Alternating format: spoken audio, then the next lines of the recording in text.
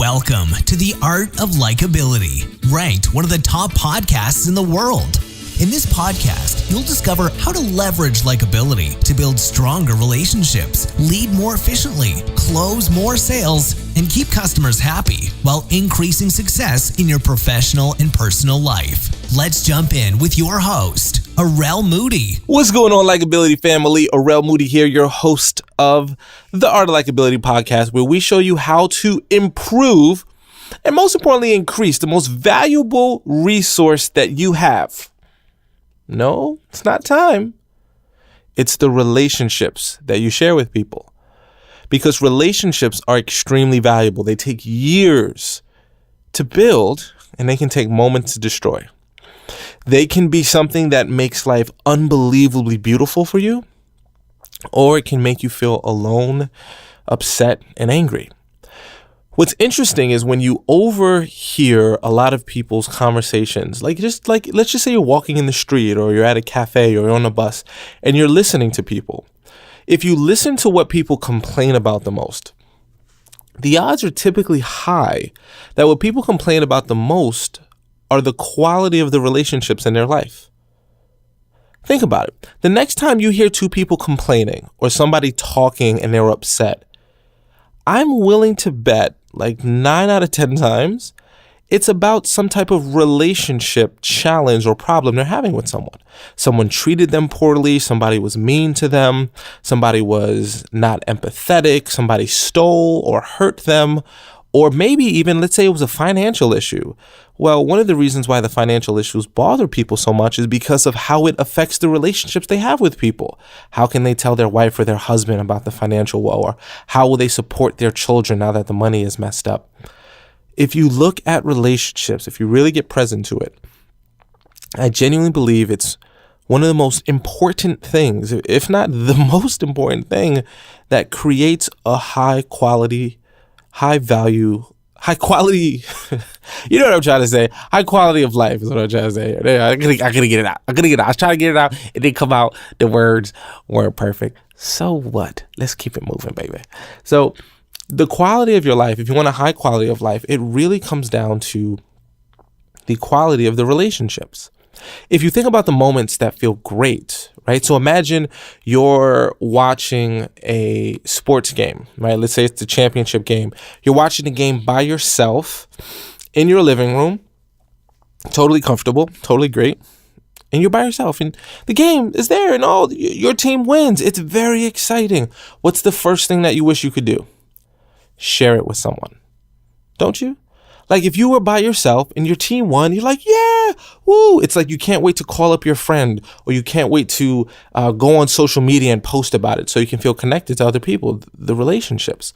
But imagine that same game, you're at your house, but instead of being alone, you're with loved ones, friends, family members who love the game as well. And you're watching it in a group. The odds are that game is going to be way more exciting and way more fun when you're watching it with friends. Now, taking it one level deeper, what if you were actually live at the game with people you love? Well, that's even more incredible because now you got all the other fans around, you got the energy. There's something about relationships. There's something about connection. I think it's hardwired. We're like, social beings. So our relationships and how good they are make our life amazing. The challenges, the issues, the sadnesses, the stresses in life come down to how not good our relationships are. So if you have amazing relationships and you can connect with people, and the precursor to connection is likability. Because if you don't like somebody, you're not going to want to maintain or even build a relationship with them. But if you like them and you continue to maintain that likability, you have incredible relationships. And you know what's cool? Likability is like a moat. If you have a product or a service, if you're a professional, let's say you sell life insurance, for example. The truth is there's millions of people who sell life insurance. You're not the only person who can provide a quote and get like, do you get that? Like, you're not the only person who does what you do. Whatever you do as a profession, honestly, there's probably a bunch of other people who do the exact same thing as you. Well, what separates you? What gives you something that other people don't have? I generally believe it's likability. It's that charisma. It's that ability to build connections and rapport with people. Because when you are, let's say, a life insurance agent, right? And people like you and they want to refer people to you and they want to be around you and they trust you and they know you know what you're talking about. You know, it's hard to beat that person. So I encourage you to invest in it. I want to tell you a story which is really interesting. My son, my youngest son, he's about 2 years at the time of this recording, and he's really into motorcycles. Dude loves motorcycles. Dude sees motorcycles down the street. He points and he's like, oh, motorcycle, motorcycle. He gets crazy excited about it, right? He actually, it's funny, he calls it B-cycle. He goes, B-cycle, B-cycle. I don't know, for whatever reason, he can't say motorcycle yet, right? So he sees him and he'll go, Daddy, like if you'll hear like the like down the street, we didn't even see it. He'll like stop and like point to the air or point like in the direction of the sound and go, Daddy, Daddy, B-cycle. I was like, yeah, man. So I had my neighbor who moved in. This new neighbor moved into a neighborhood, and the neighbor, we went to go visit and say hello. So when we're at the neighbor's house, we find out that she has a motorcycle. And my son is like, yo, this is crazy. Yeah, I mean, he didn't say that. He's 2.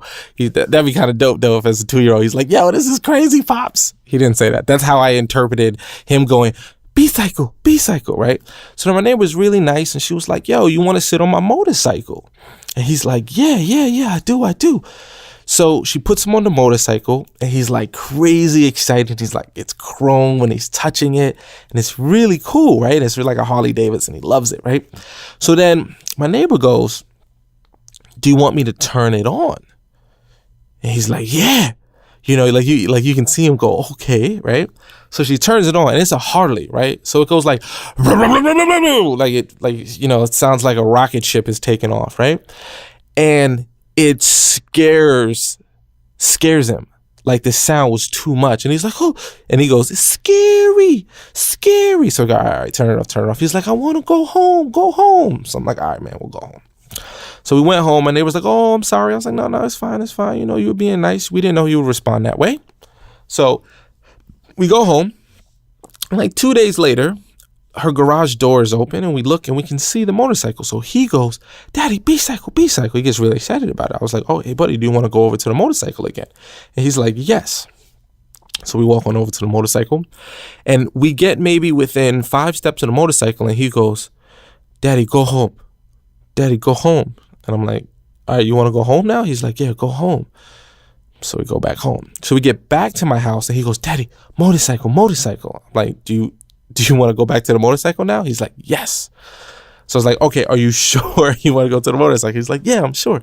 He says, yes, right? So we walk over to the motorcycle again. We get within like 5 steps of it. He goes, Daddy, go home. So what I realized is after this happened like 2 or 3 more times, he actually was excited about the motorcycle. But as he got closer to it, there was that fear because of that memory that got in the way. So he was living this kind of duality, these 2 ways of thinking. The first is he sees it and he has this affinity for the motorcycle. But then when he gets closer to it, it's like the reality of the situation scares him because he now has this memory of that sound that was overbearing for him. So he has this conflicting view. So there's one part of him that wants to go and see the motorcycle and be on it up close. And then the other view is like, I'm scared of the sound. So now he's conflicted by it. And when I saw that, I thought it was so interesting because it's so similar to what we go through with relationships. You know, we say like we want to have a good friendship or we want to ask out that guy or that girl, right? And that thought and like the idea of it sounds amazing. And then you walk up to the person and then maybe you got rejected when you were younger. Maybe you got made fun of, or maybe you haven't and you're afraid of what it might feel like to taste that pain for the first time. So you're excited about it in theory, then you finally get the courage to walk up and you don't start the conversation. or you turn away, or the person tries to engage you in a conversation and you just one word answer it, whatever it is, you kind of psych yourself out. So it's like one part of you desperately would love to have the connection and the friendship, but then when the reality of the situation comes where you need to take the steps, it's scary. So I'm going to give you some help with how to deal with this, okay? So I've always heard about Brene Brown. If you haven't heard about Brene Brown, she's done this really great research on vulnerability. And I've always heard about her, but I've never actually watched her TED Talks. I finally said, let me go ahead and watch it. It was good. She's a great storyteller. If you like storytellers, she's fantastic, right? And she said something which I thought was really, really great. It was basically to the idea, like, if you try to dull pain, if you try to dull being vulnerable, dull that unknowingness of life, well, what happens is you also dull the exciting parts of life, the joy, the excitement, the happiness. So you can't have it so that you dull the parts that make you uneasy, nervous, vulnerable, scared, and maximize all of the good, happy feelings. And I think that's why a lot of people might turn to alcohol or drugs, because basically they numb themselves, and the only way they can feel enjoyment or excitement is by artificially enhancing it with a drug, right? But you don't need drugs to have a high experience, because you have to actually allow yourself to be vulnerable, allow yourself to feel uncomfortable and nervous, because literally by allowing yourself to feel that more, you're also allowing yourselves to have a higher feeling of success, happiness, and joy. So my advice to you is actually to spend more time being uncomfortable. Spend more time. What I like to do is I like to set like parameters. All right. So let's say I'm in an airport, right? And I'm like, all right, Aurel, I'm setting a goal. I just got to start a conversation with at least, one person. Easy. Okay. And then I go, okay, it's too much. I don't want to start a conversation with one person and they might think I'm weird. I don't know. Okay. I'm just going to say hello to one person. So I'm walking down, I see someone, I just go, hey, how are you? And they wave and they go, did I know that guy? Like, do I know him? No, they don't know me. I'm just, just waving. So I'm going, okay, I can wave and say hello. I can do that. That's not a big deal. So I start there. And then even I need to build my confidence up. Certain situations I feel comfortable. I can talk to anyone. Sometimes I got to build my confidence up just like everyone else. So I actually encourage you to figure out where you feel most vulnerable and uncomfortable with starting conversations. Maybe it's talking to the opposite sex. Maybe it's talking to people who are more successful than you. Maybe it's talking to people who are older than you. Find out whatever it is, wherever you're like that most uncomfortable, but if you can get comfortable in this situation, it would help you. And then find like a really low barrier to entry activity you can do. Just waving is a good one. Just wave at someone and smile.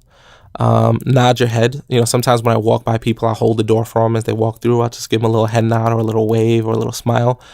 No conversation engaged. No, how are you? What's your name? None of that. Just a human interacting with another human. So, break down like what's something I could at least do this, and it can't be something that's like ridiculous. Like I'm going to like somebody's Facebook post. I don't know. Maybe that's a big deal. If that's a big deal for you, I don't want to downplay it. So let me take that back. But for most people, liking someone's Facebook post isn't a big deal. But maybe sending them a private messages and just saying, "Hey, really loved your post. Just wanted to say great post." Maybe you do that. Maybe, but I would encourage you to take this into the real world, human to human. Technology and electronic communication is great, but really where the world changes, where your relationships grow, is face to face. That's why conferences are important. Seeing people face to face is just really, really good. So find a low barrier to entry for you, whether it's a hello, whether it's holding a door for someone, whether it's walking up to a stranger and complimenting them like, hey, I really appreciate that outfit you got. Where'd you get it? It's really nice. Oh, I got it over here. Oh, thanks for telling me. So like if it's a woman, you say, yo, that's a really, really great outfit. I was thinking about getting something like that for my sister or for my mom or something like that, right? Where did you get it? I would love to see if I could get it for them. And they'll say, oh, I got it from so-and-so. Oh, thank you so much. And leave. That's it. If you're, want to speak to someone of the same sex, be like, oh, I'd love to get an outfit like that. Where'd you get it?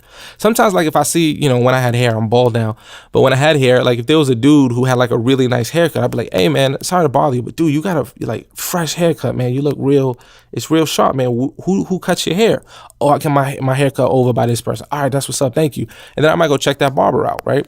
So sometimes I do it, like many times I do it because I'm generally interested, but what I was doing was building up my confidence to start conversations with people.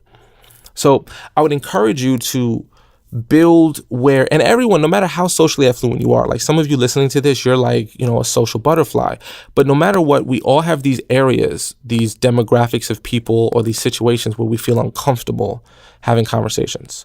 So my request of you this week, my challenge of you is to find out those areas for you and then find an extremely low barrier to entry activity you can do. A wave, a hello, a head nod, something that's not, and just do that. And the more you do it, the more confidence will build you up. And then you can move on to something, maybe a little bit more in depth. And maybe you don't even have to. Maybe that's all the success you need. And that's fine. But I encourage you to do it because it's going to help open up the door for more relationships. And when you have better relationships, everything changes, everything transforms in just an amazing way. Okay. So try it out this week. Do it. Don't just listen to this podcast. As I tell you every week, this information ain't going to help you. The application and implementation of this information absolutely transform your life. I promise you that. So please do that. Let me know what you think. If you do this activity, you got some good things from it, send me a tweet or a Facebook message or a LinkedIn post or hit me up on MySpace or Farmers Only. I don't know where you are. Just hit me up. I'm probably on one of them sites. You know what I'm saying? At Arel Moody, ARELMOODIE. Make sure to go to artoflikability.com. Okay. So go to www.artoflikability.com. Sign up for our newsletter. We're going to be doing a webinar soon. And I want you to be a part of it. I'd love to interact with people, see you face to face, via the video. So it's not like real human face to face, but, video face to face. We'll have a webinar. We'll do a very specialized topic. Great. Share some information, a new medium. I think it'll be really, really cool. So make sure to go to artoflikability.com so you get updated with all the new information when it comes out. We send out really cool emails. And we're starting to send out emails every week now, which is going to be really cool. So if you actually want to get content sent to you, we send out some really cool blog posts that we put up on artoflikability.com and put together some content. So make sure to go to www.artoflikability.com, put in your name and email on that little email squeeze page capture thing we got, and we'll be happy to send you some more information. Okay. So I hope this was helpful. I hope you have an amazing week, and I'll see you next week. And remember, you are awesome. Thanks for listening. Make sure to subscribe to our podcast, The Art of Likability, and reach out with any questions you have. Until next time, remember, my friend, you are awesome.